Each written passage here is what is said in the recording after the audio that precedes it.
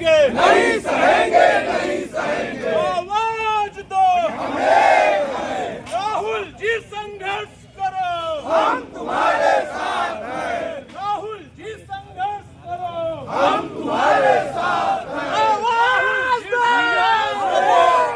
तुम्हारे साथ हैं। राहुल गांधी सोनिया गांधी जिंदाबाद, जिंदाबाद, राहुल गांधी सोनिया गांधी जिंदाबाद, जिंदाबाद। तख्त बदल दो, ताज बदल दो, बेईमानों का राज बदल दो, तख्त बदल दो, ताज बदल दो, बेईमानों का राज बदल दो। नमस्कार, अजय चतुर्वेदी।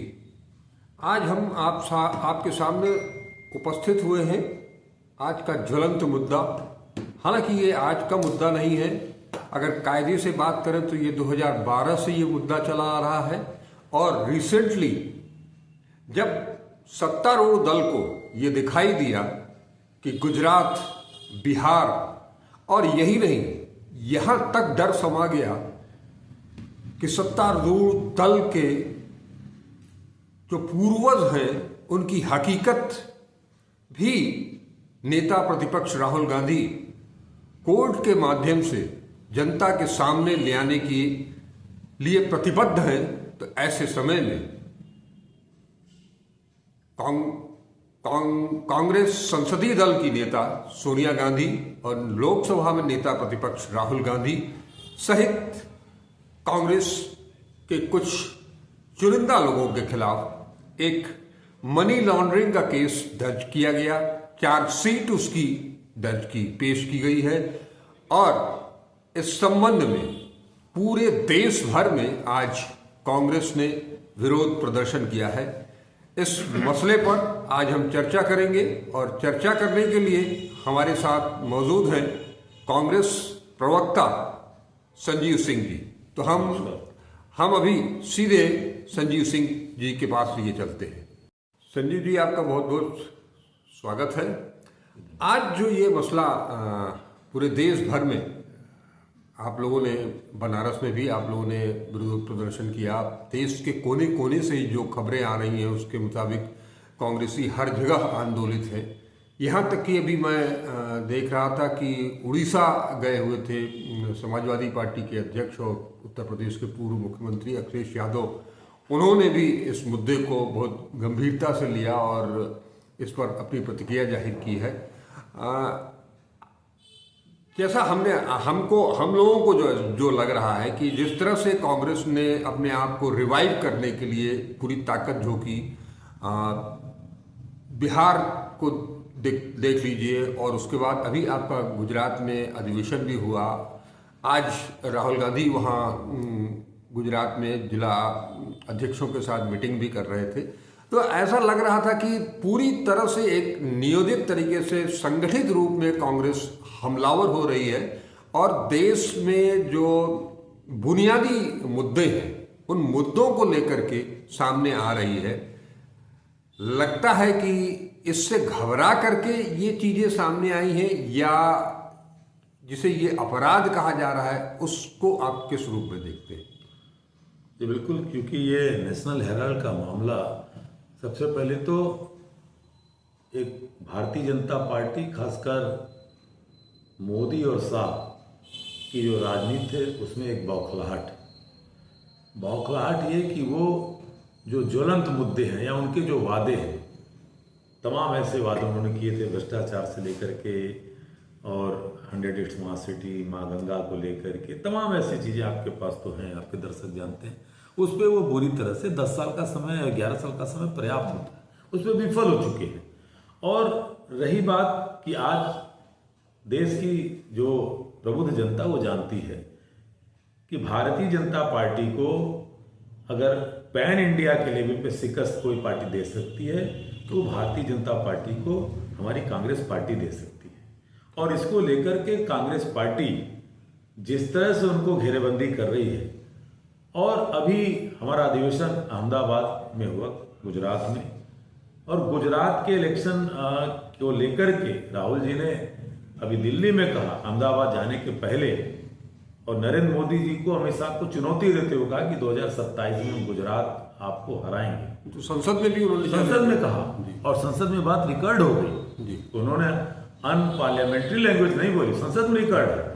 और क्योंकि हम भी एज ए AICC मेंबर, मैं भी अहमदाबाद गया था, गुजरात के 2-3 शहरों में टहला 2-3 दिन। गुजरात के हालात खराब हैं और जिस तरह से वहाँ पे पूरी तरह से जो गुजरात मॉडल इनकी राजनीति करने का तरीका था, जस्ट वही अब ये पूरे ऑल ओवर इंडिया पे करते हैं। और इसका नमूना यही है कि अगर इनके खिलाफ आप आवाज उठाएंगे तो वो एक तरह से भारतीय जनता पार्टी का वो टूल किट बन चुकी है। ED, CBI ऐसी तमाम एजेंसियां स्वतंत्र कहने के लिए हैं, उनका दुरुपयोग होता है। रही बात नेशनल हेराल्ड के मामले की, तो नेशनल हेराल्ड का मामला बड़ी हास्यास्पद लगता है कि जिसमें एक संघीय और भाजपाई का योगदान नहीं, इसमें कांग्रेसियों की और कांग्रेस के लोग पंडित जवाहरलाल नेहरू के समय जब इनके पत्र हुआ करते थे, मुख्य जन और क्या कहते हैं ऑर्गेनाइजर जी, आपको अच्छी तरह मालूम है कि जो अंग्रेजों के पिट्ठू थे RSS के लोग, उनके मुखबिर थे और उनके पेंशन पे इनके तमाम कथित महापुरुष पला करते थे, तब उस समय कांग्रेस ये पत्र निकालती थी और जिसका देश की स्वतंत्रता संघर्ष में बड़ा योगदान रहा। नवजीवन का रहा हो और चाहे नेशनल हेराल्ड का रहा हो, उर्दू अखबार रहा हो, ये सब किया और महत्वपूर्ण भूमिका थी। उस चीज को हम लेके चल रहे हैं। ये पिछले वर्षों में कह लीजिए कि थोड़ा नेशनल हेराल्ड वो अपने नुकसान में है। तो जो AGL जो संस्था, AGL कोई मल्टी स्टोरी बिल्डिंग नहीं बनाती, कहीं और दूसरी कंपनी का काम नहीं करती है। एसोसिएट जर्नल्स लिमिटेड ये सीधे इसी को प्रोटेक्ट करती है और हम इसके तहत हंसी आती है, इनके विधि मंत्री कौन, इनके सलाहकार कौन है, कि हम एक कंपनी लॉ के तहत जिसमें आप किसी को डिविडेंड नहीं दे सकते, सैलरी नहीं दे सकते, चाहे जितने में, तो आखिर पैसा भाई मनी लॉन्ड्रिंग तो मनी लॉन्ड्रिंग हुई कहाँ? कहीं नहीं है। और इसको लेकर के ही जब 2012 में डॉक्टर सुब्रमण्यम स्वामी ने जब मुकदमा किया, 14 में जमानत मिली, 15 में ED ने इसमें क्लोजर रिपोर्ट लगा दी। फिर इनको लगा जब 20 में पता चला कि सुब्रमण्यम स्वामी ठंडे हो गए लगभग, तो फिर बात मोदी और शाह ने पकड़ लिया। मोदी शाह ने पकड़ा तो हमारी नेता, हम सबकी प्रणेता आदरणीय सोनिया गांधी को 8 घंटे बैठाया। राहुल गांधी जी को ये नहीं कहा कि नहीं आएंगे, 50 घंटे बैठाया। और उसके बाद भी, चूंकि ये जो मामला है बहुत कम लोगों का, आपके दर्शकों को मालूम होगा कि एक जो ये कह रहे हैं कि साहब अब तो चार्जशीट दाखिल हो गई। भाई चार्जशीट दाखिल होने की तारीख 9 अप्रैल थी। ये मामला तो आज से 2 दिन से उछला है, इसलिए इन्होंने आनंद फानंद में चार्जशीट दाखिल की। अब मामला न्यायालय में आएगा तो इनको, चूंकि अगर न दाखिल करते तो बहुत थू होती, तो थू तो आगे भी होनी है, तो इसको लेकर उन्होंने दाखिल किया। और ये एक चीज और मान के चलिए अजय सर कि ये पूरी तौर से जननायक राहुल गांधी की छवि पे हमला करना है। 19,000 करोड़ रुपए महानायक को मैं इसलिए कहना चाहता हूं कि दुनिया का एक वाहिद इंसान है जिसने 4,000 किलोमीटर की यात्रा, भारत जोड़ो यात्रा की, कन्याकुमारी से कश्मीर तक, फिर उसके बाद कुछ पैदल कुछ गाड़ियों से यात्रा मणिपुर से मुंबई तक, यानी लगभग 11,500 की यात्रा की। इससे भाजपा बौखलाई हुई है। और वो चूंकि वो लगातार उनके लोग ही जो नाम दिए थे, अब पता चला वो अपने ही गप्पू को पप्पू कह रहे हैं। आज स्थिति ये है कि राहुल गांधी को एक भाजपाई नहीं बोल पाता। जो मुद्दे उठाया कोरोना से लेकर के, नोटबंदी से लेकर के, सब साबित हुआ, सब इस पे चस्पा हुआ है सरकार पे। अब राहुल गांधी को लेकर के, क्योंकि अभी आपको याद होगा कि सूरत की कोर्ट ने, गुजरात की कोर्ट ने कहा था कि राहुल गांधी मोदी जो OBC जाति है उसको अपमानित कर रहे थे, गाली दे रहे थे। 2 साल की सजा उसको हाईकोर्ट गुजरात ने भी वही कर दिया। सुप्रीम कोर्ट ने कहा ऐसा मामला नहीं बनता। और तो पता चला कि उस समय राहुल गांधी को ही दिखाया जा रहा था कि साहब पिछड़ों को अपमान करते हैं। अब राहुल गांधी को चार्जशीट दाखिल होने पे अब यह दिखाया जाएगा कि साहब ये भी भ्रष्ट हैं। मुझे समझ में नहीं आता कि जो परिवार आजादी के आंदोलन के शुरू में ही 300 करोड़ की संपत्ति कही जाती थी, इलाहाबाद का आनंद भवन जो आज प्रयागराज कहा जाता है, अभी हालकर शास्त्री ने कहा कि उसकी तुलना आज के हिसाब से की जाए तो करीब 68,000 करोड़ रुपए का आनंद भवन की वो आय लगती है। वो परिवार जिसने अपना घर तक त्याग कर दिया, दे दिया पंडित नेहरू ने, इनके राहुल जी के पूर्वजों ने, आज राहुल गांधी के ऊपर, मैं बहुत मजबूत बात कह रहा हूं, एक भी आप उदाहरण ला देंगे तो अपनी राजनीति छोड़ दूंगा। आज राहुल गांधी जी अगर मेंबर ऑफ पार्लियामेंट न हो तो आज उनके पास सर पे छत नहीं है, घर नहीं रहने के लिए। उस परिवार को ये कहते हैं कि साहब संपत्ति बना रहे थे। मैं दावे के साथ पूछना चाहता हूं, चुनौती दे करके एक भी भाजपाई और संघी बता दे कि 500 रुपए की संपत्ति उनके पूर्वजों ने जनसंघ के जमाने से लेकर भारतीय जनता पार्टी बनने तक देश के नाम दान की हो, ऐसे परिवार के ऊपर तो मुझे लगता है कि खुद भी हंसी के पात्र हैं। और इन लोगों से भ्रष्टाचार के खिलाफ 2014 के पहले इनके पास कार्यालय नहीं थे जिले में, 650 से ज्यादा जिलों में कार्यालय हैं पूरे देश के। झंडेवालान में दिल्ली में आरएसएस जो कहता है साहब हम निष्ठावान हैं, हमारी राजनीति से कोई मतलब नहीं है, समाज बनाते हैं, संस्था का रजिस्ट्रेशन नहीं है, वहां पे 1500 करोड़ रुपए का 7 स्टार टाइप का वो उनका पता चला, कई बहुमंजिली उनकी कार्यालय बना। दिल्ली में दीनदयाल उपाध्याय मार्ग पे सड़क के दोनों तरफ हजार करोड़ रुपए का भारतीय जनता पार्टी का कार्यालय है। अगर एक कार्यालय की कीमत अजय सर मैं कहता हूं केवल आप 200 करोड़ कर लीजिए, आपके रोहनिया वाराणसी के कार्यालय से शुरू कर दीजिए, 5 स्टार होटल की तरह है, तो गुणा करके पूछिए और इनसे पूछिए कि क्या ये जो कार्यालय बने ईडी तो नहीं पूछ पाएगी, आप जैसे कुछ ईमानदार पत्रकार पूछ सकते हैं, यहाँ कांग्रेस के लोग, क्या वो शाखा में मां सदा वसले गाते हुए 5 रुपए के चंदे से बनी है? हम तो हिसाब दे रहे हैं। हमारे ऊपर कहा जाए साहब 55 साल, पहले तो 75 साल कहा जाता था, 55 साल कांग्रेस रही और हमारे पास वाराणसी जैसे जनपद में ऐसा भव्य कार्यालय नहीं है, क्योंकि हम तो यहाँ आजादी के बाद से लेके 35 साल एक तरह से प्रत्यक्ष रूप से उत्तर प्रदेश में राज किए। उत्तर प्रदेश के 75 जिलों में कांग्रेस के पास कार्यालय नहीं है, लेकिन इनके पास है। तो एक तरफ उल्टा चोर कोतवाल को डांटे, ये निश्चित है कि अब इनको मुंह के खानी पड़ेगी। और जिस तरह से इस मामले को उछाला है, कोर्ट में भी जाएंगे, सड़क पर भी जाएंगे, और ये इस चीज को जान रहे हैं कि बिहार और गुजरात का चुनाव भारतीय जनता पार्टी के अस्तित्व का सवाल है। और पूरी तरह से जो जनता का मैंडेट लगातार मिल रहा है, आज राहुल जी गुजरात में अंगद की तरफ पांव वहां जमा रखा है, ये भाजपाई घबराए हुए हैं और इनको ये डर लग रहा है कि राहुल गांधी की जब जब यात्रा गुजरात और बिहार में होगी तब तब भारतीय जनता पार्टी पीछे धकेलती जाएगी वहां की जनता, इसलिए डरे हुए और ऐसी चीजें कर रहे हैं।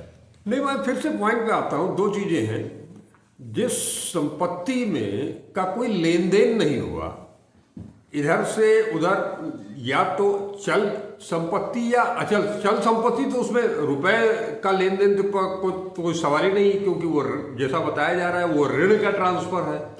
तो जब जितनी संपत्तियां हैं देश भर में, उन संपत्तियों को किसी को दिया नहीं गया, उसकी कोई खरीद बिक्री नहीं हुई, उसके बावजूद ये अपराध कैसे, मनी लॉन्ड्रिंग कैसे बन जाता है ये केस? यही तो बात है कि अब स्टेट कॉन्सपर्ट, मतलब समझिए कि राज्य प्रायोजित अपराध भारतीय जनता पार्टी कर रही है। अब हमारे नेशनल हेराल्ड के उन संपत्तियों को उस पर कब्जा लिया जा रहा है, दिल्ली में, मुंबई में, लखनऊ में।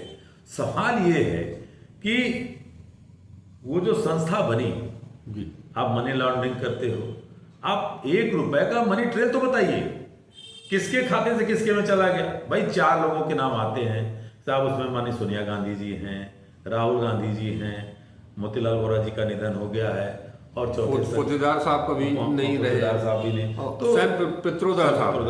तो आखिर इन लोगों ने कौन सी संपत्ति और बना ली? ऐसी भारत में है, बताइए। मैं तो भारतीय जनता पार्टी के कार्यालयों पे सवाल उठा रहा हूं, संघ के कार्यालय पे उठा रहा हूं, आप बताइए ना कि कौन सी संपत्ति खड़ी कर ली? तो पूरी तौर से, और जो पहली बात की मुझे लगता है कि भारतीय जनता पार्टी के लोग क्या व्हाट्सएप यूनिवर्सिटी भी सारा ज्ञान पाते हैं क्या? अरे भाई, आपके पास भी विधि के विशेषज्ञ हैं जी, आपका भी विधि प्रकोष्ठ है, उसमें एक, मैं भी विधि का छात्र हूं, उसमें एक आता है कंपनी लॉ जी। कंपनी लॉ को थोड़ा सा पढ़ लीजिए। कंपनी लॉ के उस सेक्शन 45 या सेक्शन 8 तमाम ऐसे हैं, क्या चीजें कहती हैं, उसमें हम कहीं दोषी नहीं हैं। आखिर वो ईडी का जो अधिकारी था 2015 में, जिसने क्लोजर रिपोर्ट लगा दी, साहब कुछ है ही नहीं, उसको उन्होंने हटा दिया, इन्हीं की तो सरकार थी। तो अब फिर उस गड़े मुर्दे को, चूंकि जनता कल सवाल पूछती कि आपने राहुल गांधी को, सोनिया गांधी जी को भ्रष्ट बताया था, क्या हुआ?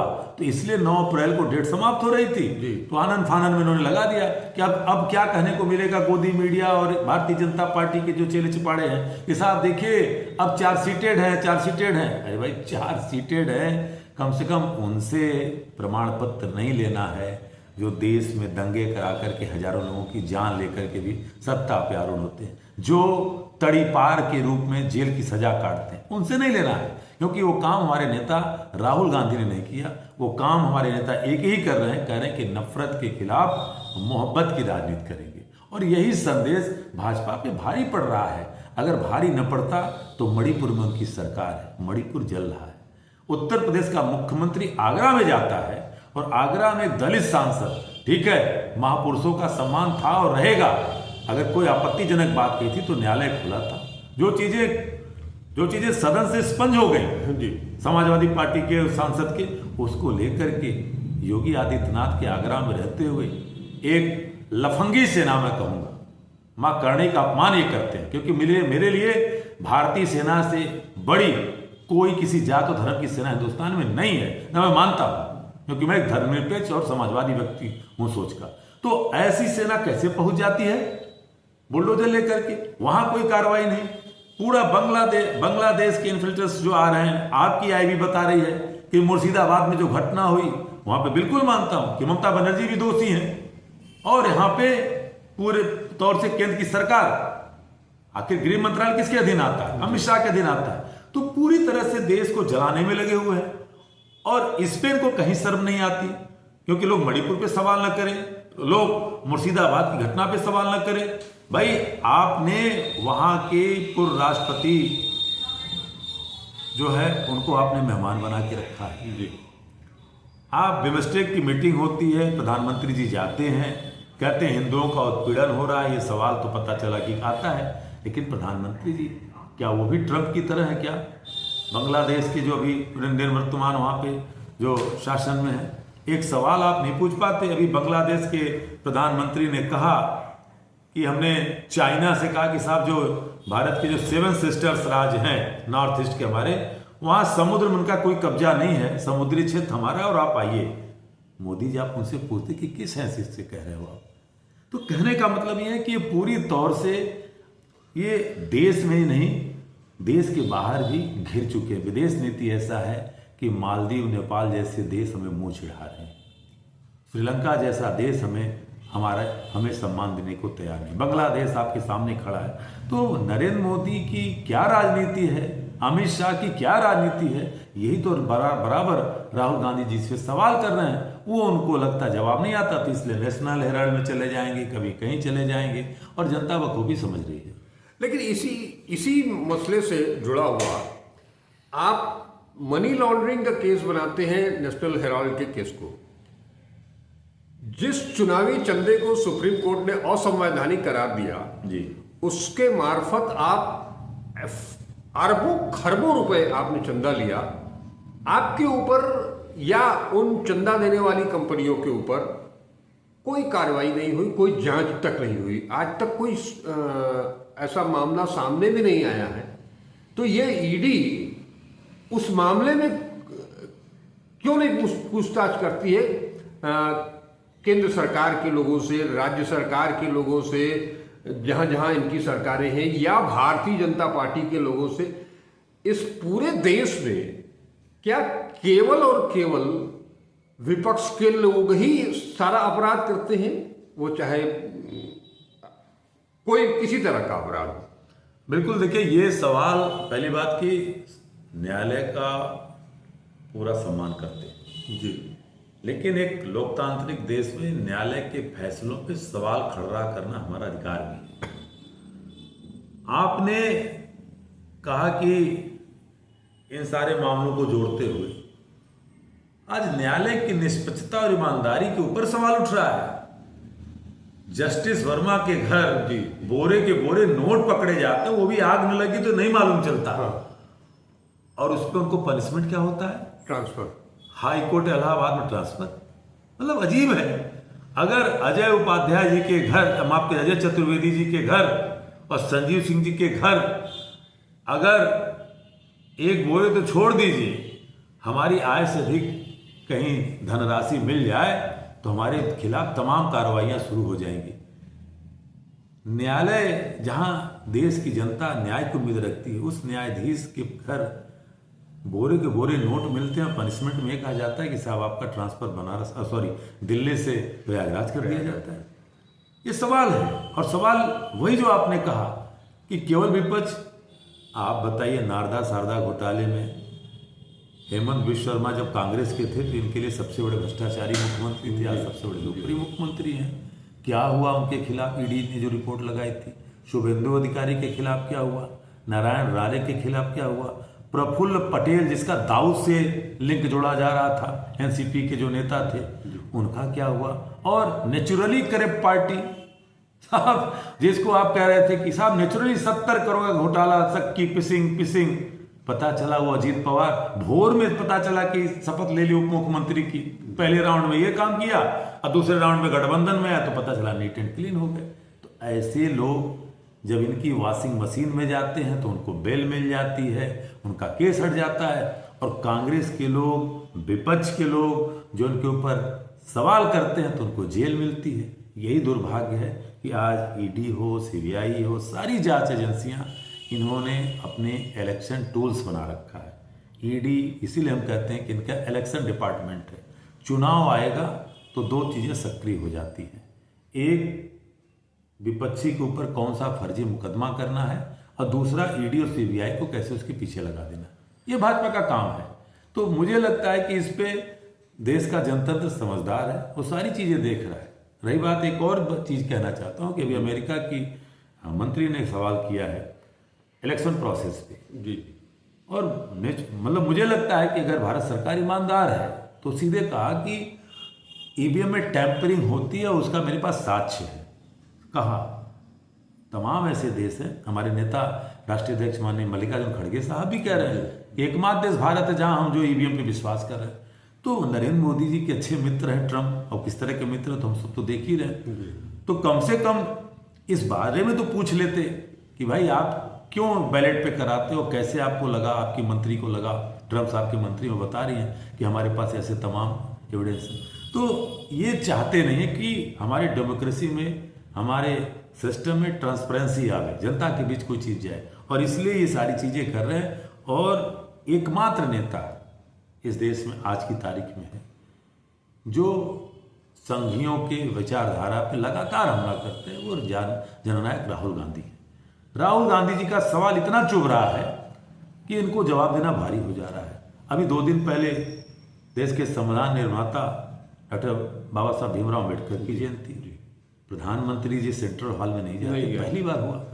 प्रधानमंत्री जी छोड़ दीजिए, मोहन भागवत ये कहते हैं कि साहब वो हिंदुओं को एक करने का काम करते थे।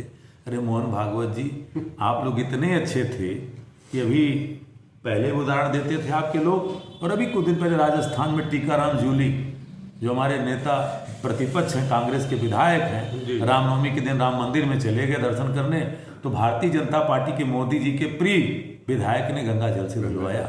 मोहन भागवत जी, अगर आप लोग इतने मन के सच्चे होते दलितों और पिछड़ों के प्रति, तो 22 प्रतिज्ञाएं बाबा साहब न रटवा के जाते। थोड़ा उसको पढ़ लीजिए और फिर अपने यहाँ जोड़ दीजिए कि बाबा साहब की इस प्रतिज्ञाओं का हम समर्थन करते हैं। है मत जी, ठीक बात कह रहे हैं। लेकिन मैं ये जरूर कहता हूं कि जिस तरह से ये एक पक्षीय कार्यवाही चल रही है विगत 11 सालों से, क्या आप लोगों को ऐसा नहीं लगता है कि चुनावी चंदे को तो सुप्रीम कोर्ट ने असंवैधानिक करार दिया, एक सवाल पीएम केयर फंड पे भी होना चाहिए? बिल्कुल है। चुनावी फंड पे तो देखिए बात अधूरी रह गई थी। मैं न्यायालय की इस बात को कहता हूं कि जब पूर्व चीफ जस्टिस ने इसको अनकॉन्स्टिट्यूशनल करार दिया तो इसमें दंड क्या मिला?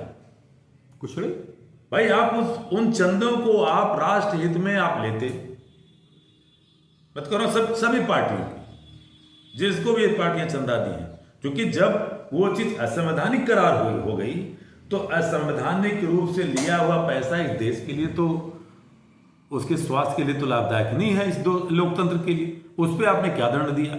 दूसरी तरफ अभी जो आपने सवाल किया प्रधानमंत्री जी को लेकर के, भाई जब प्रधानमंत्री राहत कोष है, मुख्यमंत्री राहत कोष है, तो ये पीएम केयर किस लिए? क्योंकि पीएम केयर के नाम पर भी बड़ा लंबा गड़बड़झाला हुआ कोरोना के समय, और हम सब तब से आवाज क्या उठा रहे थे। और एक चीज और बताऊं, एक उसमें नमो टीवी आई थी, हाँ, कहां गई वो नमो टीवी? किसकी थी? किसका पैसा लगा था? देश का सूचना प्रसारण मंत्रालय बता सकता है क्या? गृह मंत्री अमित शाह जी बता सकते हैं क्या वो नमो टीवी कहां गई? तो ऐसे तमाम उदाहरण हैं, क्योंकि यहाँ के देश का जनमानस भूल जाता है इनके धोखे भरे वादों में। अभी आप देखिए ना, लाडकी बहना चिल्ला रहे थे महाराष्ट्र में, 1500 देने थे और 500 रुपये पा गए। नहीं, उसके अलावा अभी आप लोगों ने जो 2024 के इलेक्शन में मैनिफेस्टो में आपने बेरोजगारी दूर करने के लिए नौकरी, हाँ, पक्की नौकरी, हाँ, का जो एजेंडा आप लोगों ने लाया था, उसको इन्होंने एडॉप्ट किया, बिल्कुल। उसके लिए बजट अलॉट किया और बजट वापस ले लिया। यही तो है उत्तर प्रदेश में जो बजट होता है। योगी आदित्यनाथ जी की एक उदाहरण ले लीजिए, हर साल ये 1 ट्रिलियन बना रहे हैं, 55%, 45% लेके 55%, अजय जी, हर साल का जो बजट का अलॉटेड फंड है वो वापस हो जा रहा है, काम ही नहीं हो रहा है। अब हो नहीं रहा है कि काम करवाया नहीं जा रहा है। तो यही हालात पूरे देश की है। लंबे लंबे भाषण देने हैं, झूठ बोलने हैं, और कोई भी नेता अगर ईमानदारी से सत्ता पे, इनके कार्यों पे, क्रियाकलापों पे सवाल खड़ा करे तो फर्जी मुकदमे लगा करके जेल भेजना है। तो खैर ये लोकतंत्र का सबसे अमृत काल तो नहीं, मैं जरूर कहूँगा कि मृत काल चल रहा है, जहाँ पर जो इनका साथ देगा उसको सत्ता मिलेगी, उसको बेल मिलेगी, जो उनके खिलाफ बोलेगा उसको मुकदमा और जेल मिलेगी। तो हम तो कांग्रेस के लोग हैं, जब इनके आका अंग्रेजों के सामने नहीं झुके, जब हमारे नवजीवन और नेशनल हेराल्ड से अंग्रेजों के नाक में पानी कर दिया, उनको भारत छोड़ने में मजबूर किया, तो यही नेशनल हेराल्ड, यही नवजीवन इनके नाक में दम में पानी भरेंगे और इनको सत्ता से बेदखल करेंगे, गुजरात से, बिहार से लेकर के पूरे देश से। जी, आपने एक बात सही कही। अभी मैं एक्स पर देख रहा था, आपके प्रवक्ता ने भी इसी तरह का एक ट्वीट किया है, पोस्ट किया है, जिसमें उन्होंने लिखा है कि 1937 से लेकर के 47 तक इस नेशनल हेराल्ड से जब जो अंग्रेजी हुकूमत डरा करती थी, और उसी तरह से 47 के बाद से आज तक 2025 में भी ये हुकूमत हमेशा नेशनल हेराल्ड से डरती रही है। और इसी का नतीजा है कि ये जो आज का कार्यक्रम गत 9 अप्रैल को जो चार्जशीट दाखिल की गई है, ये उसी का परिणाम। एक और कोइंसिडेंट देखिए कि 9 अप्रैल 2025 को इनकी जो नेशनल हेराल्ड के मामले में चार्जशीट दाखिल करने की अंतिम तिथि थी जी। और उसी नेशनल हेराल्ड को मजबूत करने के लिए हम जैसे कांग्रेस के एआईसीसी के सदस्यों ने अहमदाबाद, गुजरात में उस नेशनल हेराल्ड और नवजीवन को मजबूत करने के लिए हम लोगों ने 4-4 हजार रुपए का चंदा भी किया। वाह, ये भी काम किया है।